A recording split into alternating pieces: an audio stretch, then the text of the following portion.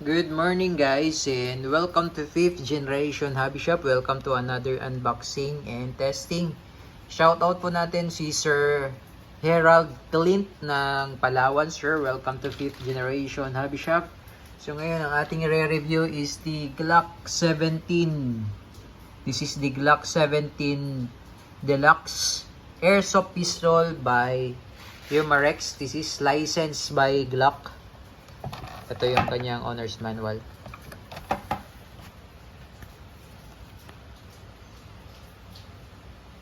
Ayan.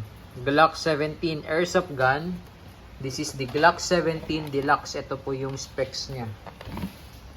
Pakita ko lang sa inyo yung specs. Ayan. Ito yung specs. Ayan. Glock 17 Deluxe by Umarex. So may kasama na siyang hard case. Ayan, Glock hard case. Po siya.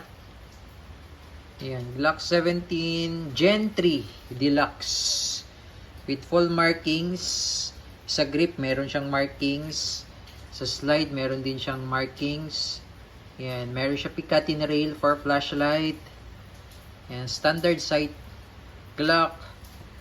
Ayan. Yan po yung serial number. Glock 17 Gen 3 Deluxe. CO2 powered. Ito yung magazine niya. Ayan.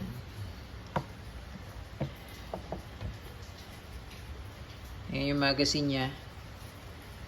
CO2 mag. So, bali, ang bala nito ay po pwedeng plastic ball. Yan. Po pwede rin pong steel ball. Okay. This is 5.95 steel ball and this is 5.95 plastic ball. Yan. Okay. Pakita ko lang sa inyo na talagang bulitas siya. Yan. So, bulitas yan and this is the plastic ball. Tapos, ito naman po yung kanyang cartridge or yung kanyang hangin. Okay, this is 12G Pop Dyno. Made in Taiwan yung ito yung kanyang propellant. This is the projectile. Okay, steel ball or plastic ball. Okay? So again, this is the Glock 17 Gen 3 Deluxe Airsoft Pistol, officially licensed product of Umarex or licensed by Glock. Officially licensed by Glock. May kasama siyang Allen wrench. So, lagay tayo, load tayo ng CO2, then steel ball. Okay? Again, shout out kay Sir Herald Clint ng Palawan. Okay, so now, load tayo ng CO2. Okay, load tayo ng CO2. And, may free po pala siyang silicone oil. Now, before tayo mag-load ng CO2, papatakan lang natin ng kaunting oil yung valve. So, ito yung kanyang valve. Papatakan lang natin ng oil yan. Konti lang. Yan. Tapos, ito naman yung cap. Yan. Kaya meron siyang Allen wrench. Kailanganin natin yung Allen wrench. Yan. So, luluwagan lang natin para pumasok po yung CO2. Ayan.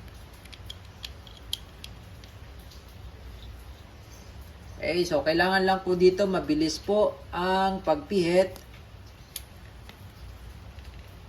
Yan, kailangan mabilis lang po ang pagpihit.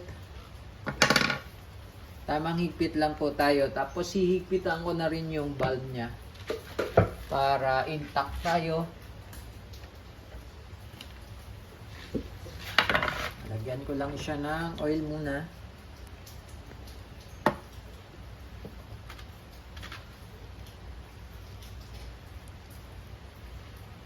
Ito po yung hihigpitan ko po para po, kasi minsan po lumuluwag po ito. Ayan, maluwag. Tamang higpit lang. Okay? Kasi baka ma-lost thread naman pag sobrang higpit. Ayan. Okay, so ngayon po, maglo-load tayo ng steel. Ito po yung steel ball.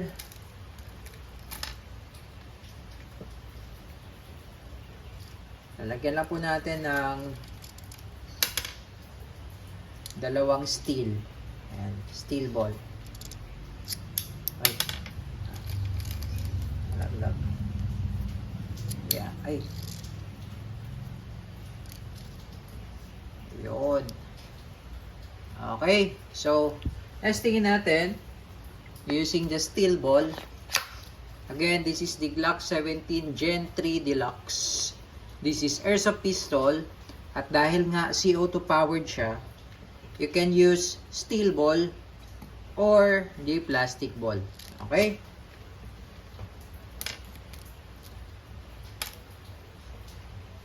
Okay, and testing. Okay, testing po. Glock 17 Gen 3 Deluxe Airsoft Pistol. Chambered in 5.95 steel ball. Ayan, CO2 powered.